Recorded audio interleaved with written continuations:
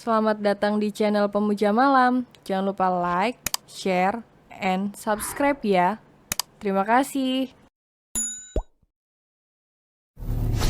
Episode 41 Pacar Barbie. Sebuah ballroom hotel yang megah kini sudah disulap menjadi lebih indah dan manis. Dekorasi bunga memenuhi hampir di setiap sudut ballroom tersebut, menambah kesan menawan di mata setiap tamu yang berdatangan.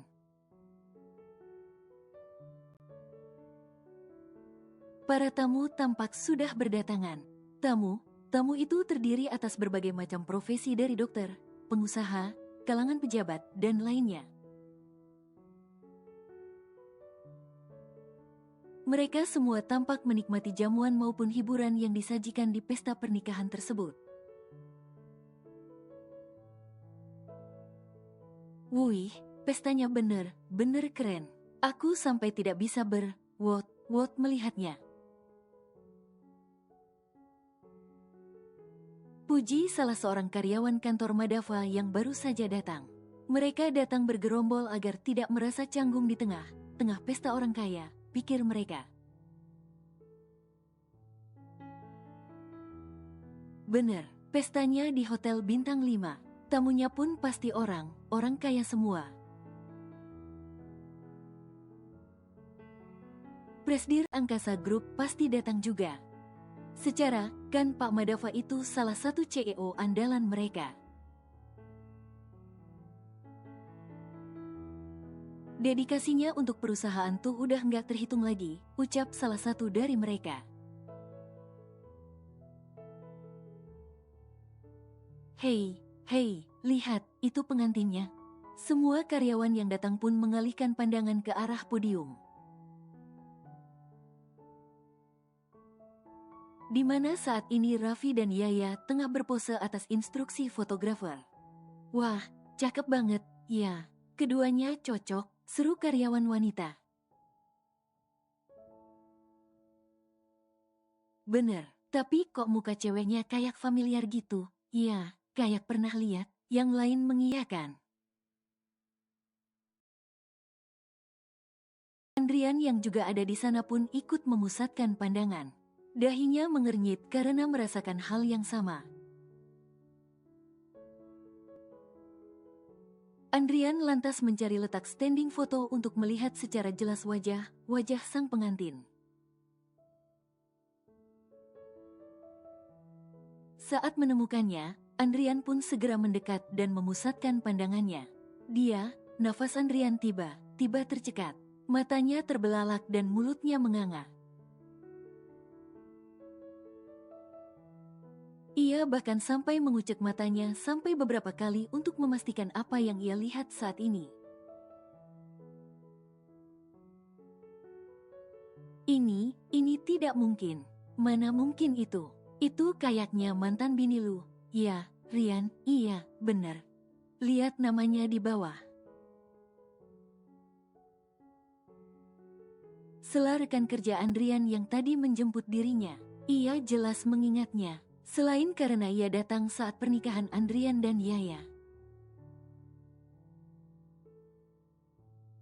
Ia juga merupakan salah satu followers akun sosmed kampung kita Resto.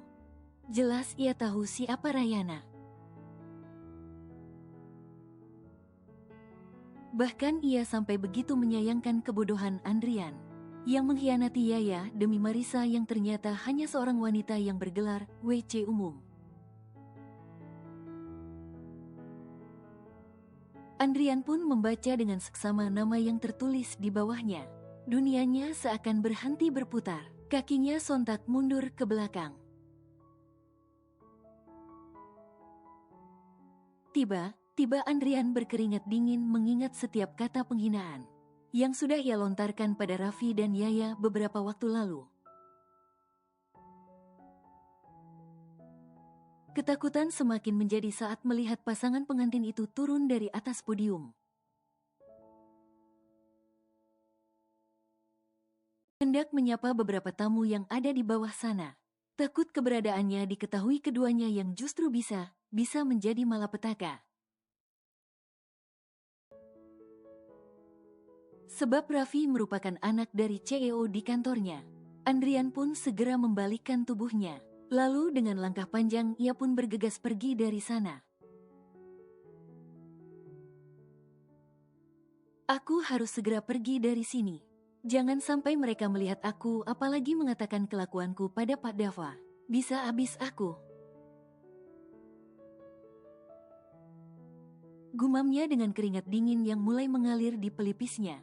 Beberapa karyawan yang melihat tingkah Andrian pun hanya tersenyum geli. Mereka semakin mengecap Andrian laki yang sangat bodoh. Karena melepaskan Yaya yang menurut mereka perempuan yang luar biasa. Yaya yang sedang berbincang dengan salah satu tamu, tak sengaja menoleh ke arah kerumunan karyawan Madava. Dahinya mengernyit saat menyadari seorang laki yang hendak bergegas pergi dari sana.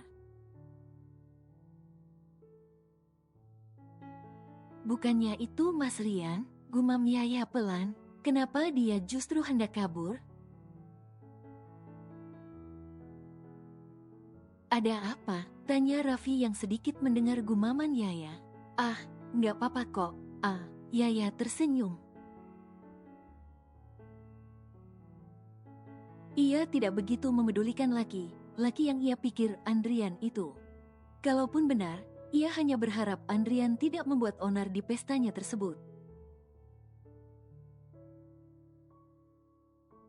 Yaya, happy wedding, my lovely bestie.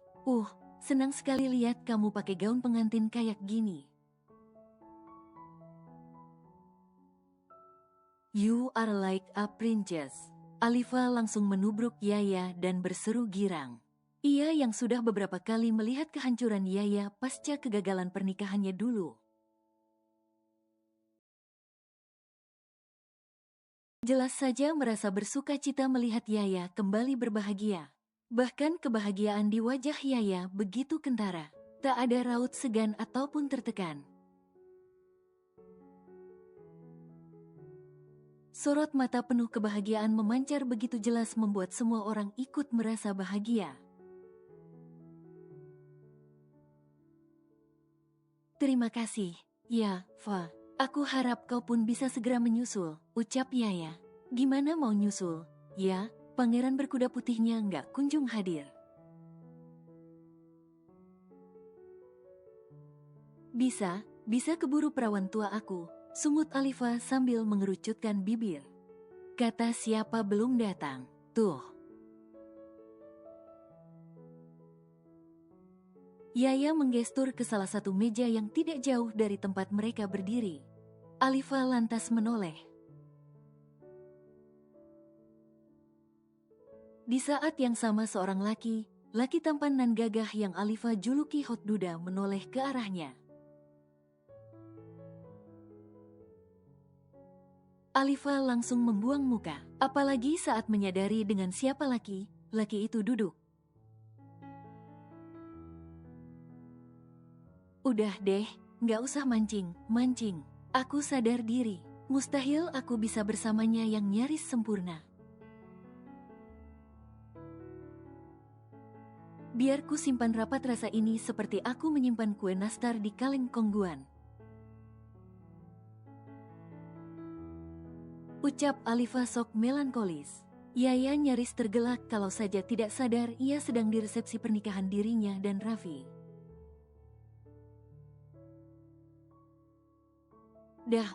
Aku mau makan aja, mengisi amunisi, persiapan nanti malam. Meratapi hati yang sepi karena dirinya sudah ada yang memiliki. Hiks. Seloroh Alifa lagi. Kini bukan hanya Yaya yang tertawa, tapi juga Raffi. Temen kamu itu konyol banget sih, yang... Dia tuh sebenarnya sedang berusaha menghibur hatinya yang sedang sedih. Nggak kayak cewek lain yang suka mehek sepanjang hari. Dia justru lebih suka ngalor ngidul kayak gitu, jawab Yaya sambil menatap Alifa yang sudah mulai menjauh. Mendekati meja yang berisi berbagai hidangan. Kembali pada Alifa, tampak gadis itu sedang sibuk memilih kue apa yang hendak diambilnya. Semua tampak enak dan menggugah selera. Untuk menu utama memang didatangkan khusus dari restoran kampung kita Resto. Namun untuk kudapan, kue, pempek, dan es krim, Ayu bekerja sama secara langsung dengan berbagai UMKM yang ada di daerah tersebut. Setelah selesai mengambil beberapa makanan dan es krim, Alifa pun hendak membawanya ke salah satu meja yang terlihat kosong. Namun nahas, karena tidak terbiasa memakai sepatu high heels, kaki Alifa sedikit tergelincir. Hingga akhirnya ia menubruk tubuh seseorang dan menumpahkan es krimnya di jas seseorang tersebut. Astagfirullah, mati aku, serunya terkejut saat melihat jas seseorang yang menjulang tinggi di hadapannya kotor terkena es krim.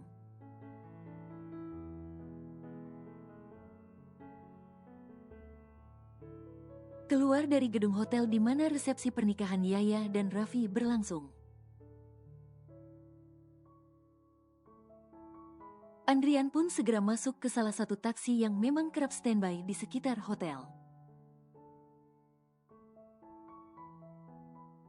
Baru saja Andrian hendak menyebutkan tujuannya, tiba sebuah panggilan masuk ke ponselnya.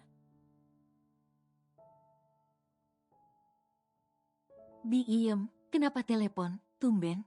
Andrian pun segera mengangkat panggilan dari pembantu yang bekerja di rumahnya sembari menjaga sang ibu. Ya, halo, Bi, ada apa? Dan Rian, ibu, dan ibu. Mama kenapa? Tanya Andrian sontak khawatir. Ini, kami sedang dalam perjalanan ke rumah sakit. Tadi ibu jatuh saat coba berdiri sendiri dari kursi roda, ucap Iem. Andrian membelalakan matanya. Ia terkejut bukan main. Bagaimanapun, ibunya merupakan keluarga satunya Andrian. Ia tidak memiliki siapa lagi selain sang ibu. Andrian pun segera meminta sopir taksi mengantarkannya ke rumah sakit, yang kebetulan letaknya tidak terlalu jauh dari rumah kontrakan mereka. Tak lama kemudian, Andrian pun tiba di rumah sakit. Ia pun segera mencari di mana ibunya dirawat melalui customer service yang saat itu bertugas. Setelah mengetahuinya, ia pun segera berlari ke tempat tujuan. Bi, bagaimana keadaan Mama? Tanya Andrian khawatir. Ibu masih ditangani di dalam, dan tadi kepalanya terbentur dan berdarah. Untung aja ada tetangga kita yang mau bantu pesankan taksi jadi Bibi bisa segera bawa ibu kemari. Andrian mengangguk. Ia tidak menyalahkan Iem atas apa yang menimpa sang ibu. Mungkin Iem ada pekerjaan lain jadi ia tidak melihat kalau ibunya mencoba berdiri dari kursi rodanya. Apalagi pekerjaan Iem bukan sekedar menjaga ibunya saja, tapi juga memasak, mencuci, dan bersih-bersih. Tak lama kemudian dokter yang menangani Nurlela pun keluar. Ia menjelaskan kalau tidak terjadi sesuatu yang fatal pada sang ibu. Malah sekarang ibunya sudah bisa mulai berbicara dan menggerakkan tangannya. Andrian pun merasa senang sekali. Karena Nurlela akan dipindahkan ke rumah perawatan, Andrian pun diminta segera mengurus administrasi. Selesai mengurus administrasi, tanpa sengaja Andrian melihat seorang pasien yang dijaga ketat oleh polisi. Ia ada di atas sebuah brangkar dan sepertinya akan dipindahkan ke ruangan lain. Mata Andrian terbelalak saat melihatnya. Marisa, gumam Andrian terkejut. Andrian lantas mencari informasi tentang apa yang terjadi dengan Marisa. Dan betapa terkejutnya Andrian saat mengetahui alasan Marisa berada di rumah sakit tersebut. Menurut hasil pemeriksaan, pasien atas nama Marisa divonis mengalami HIV/AIDS. Mata Andrian kian terbelalak, tungkainya mendadak lemas. Sekelebat dosa yang ia lakukan di masa lalu berputar begitu jelas di pelupuk matanya. Bagaimana ia dan Marisa melakukan hubungan layaknya suami istri di belakang Yaya? Yang saat itu sudah menjadi istrinya, di hari yang sama, kabar baik dan kabar buruk datang bersamaan. Namun yang paling membuatnya syok justru kabar buruk. Ternyata fakta Yaya menikah dengan putra CEO di kantor tempatnya bekerja belum cukup menjadi tamparan untuknya. Hingga fakta penyakit mematikan yang Marisa idap, akhirnya meluluhlantakkan kesombongan yang selama ini masih bersemayam di hati. Bagaimana tidak? Penyakit HIV/AIDS merupakan penyakit menular. Bila Marisa mengidap penyakit tersebut, bukan tidak mungkin ia pun mengidap penyakit yang sama. Bagaimana kalau aku pun mengidap penyakit yang sama? Gumamnya yang dihantui ketakutan.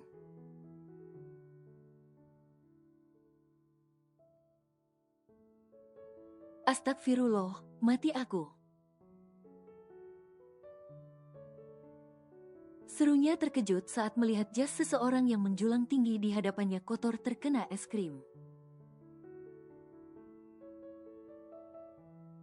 Jangan mati dong, Mbak. Kalau Mbak mati, gimana dengan jiwa? Seloroh seorang pemuda yang tak lain adalah jiwa itu. Alifa pun mendongak.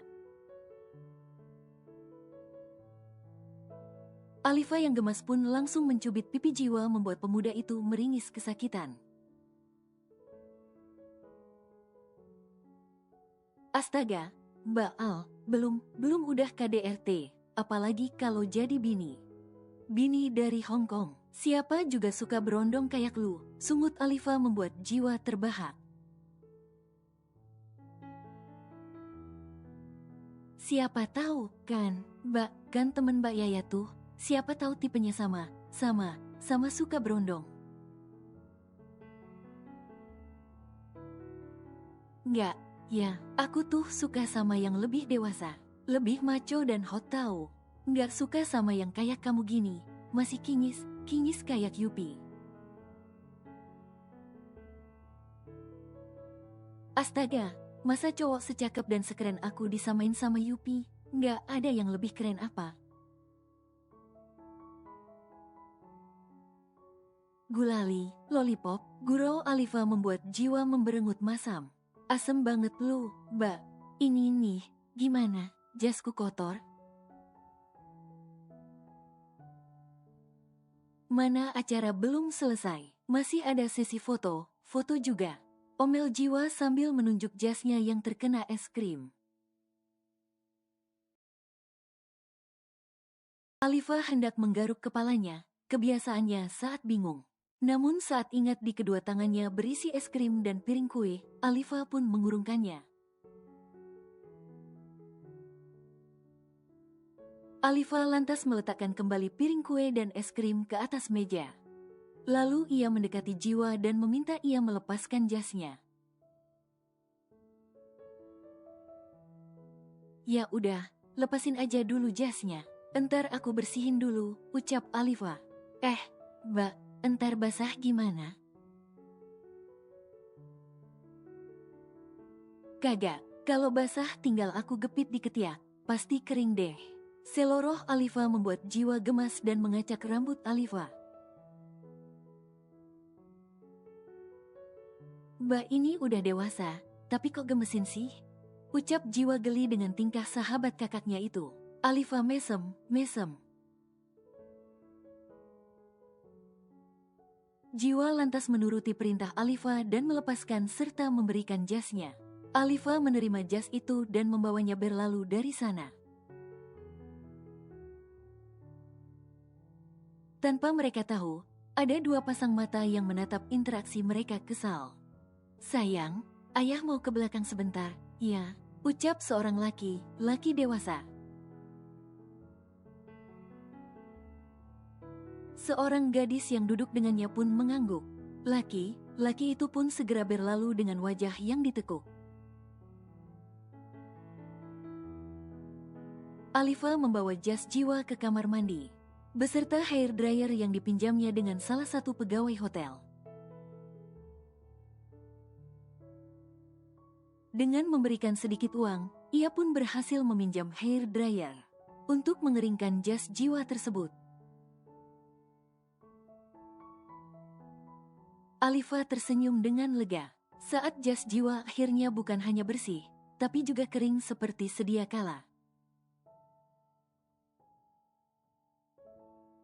Diciumnya aroma jas itu, Alifa seketika tersenyum. Harum banget sih, puji Alifa. Alifa kemudian membereskan hair dryer dan membawanya keluar beserta jas jiwa. Baru saja ia hendak berjalan keluar, tiba-tiba ia menabrak tubuh seseorang. Pekik Alifa terkejut. Astaga, sial banget sih hari ini. Nubruk lagi. Siapa lagi yang kali ini aku tubruk? Badannya keras banget, jidat aku sampai sakit. Omel Alifa sambil usap dahinya yang sedikit sakit. Ia belum mendongak karena sibuk mengusap dahinya. Namun saat sibuk mengusap, tiba-tiba ia merasakan sebuah tangan ikut mengusap dahinya. Alifa pun mendongak dan terbelalak. Oh, Om Mas Hot Duda, cetus Alifa begitu saja. Hot Duda, beo laki yang tak lain adalah Giandra itu. Maaf, ya, Om. Aku nggak sengaja, beneran deh. Kalau begitu, aku pamit balik ke depan dulu, ya, ujar Alifa kikuk sendiri. Ia harus segera berlalu untuk mengamankan jantungnya yang sedang tidak baik saja. Pesona Om Duda nyatanya mampu membuat kinerja jantung Alifa bekerja di ambang batas wajar. Degupannya begitu kencang bagai baru saja lari ribuan kilometer. Alifa jadi was. Bagaimana kalau degupan jantungnya itu sampai terdengar oleh Giandra? Mau cepet nemuin pacar berondong kamu itu? Giandra memiringkan kepalanya menatap Alifa yang terbengong.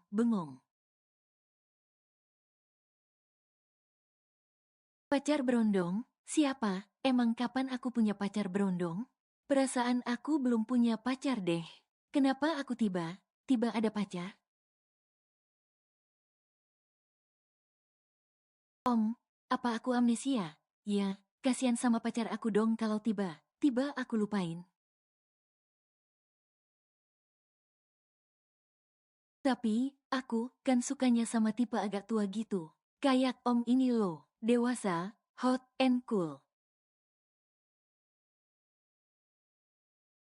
Kok malah pacaran sama berondong sih? Cerocos Alifa yang mendadak seperti orang bodoh.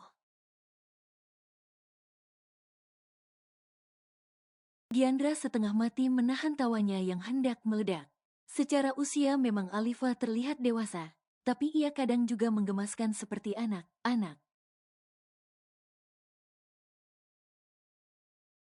Giandra sampai tak bisa menahan diri dan mencubit pipinya.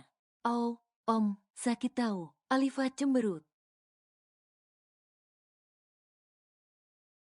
"Kamu ini sepertinya remaja yang terjebak di tubuh orang dewasa," ujar Giandra. "Dih, ngapain Om ngajak aku bicara? Tuh, temenin pacar Barbie Om itu aja sana." Entar dia ngambek, bisa gawat, sungut Alifa yang kemudian segera berlalu dari hadapan Giandra. Giandra sampai cengong mendengar apa yang barusan Alifa ucapkan. "Pacar Barbie, siapa?" gumamnya sambil garuk kepala.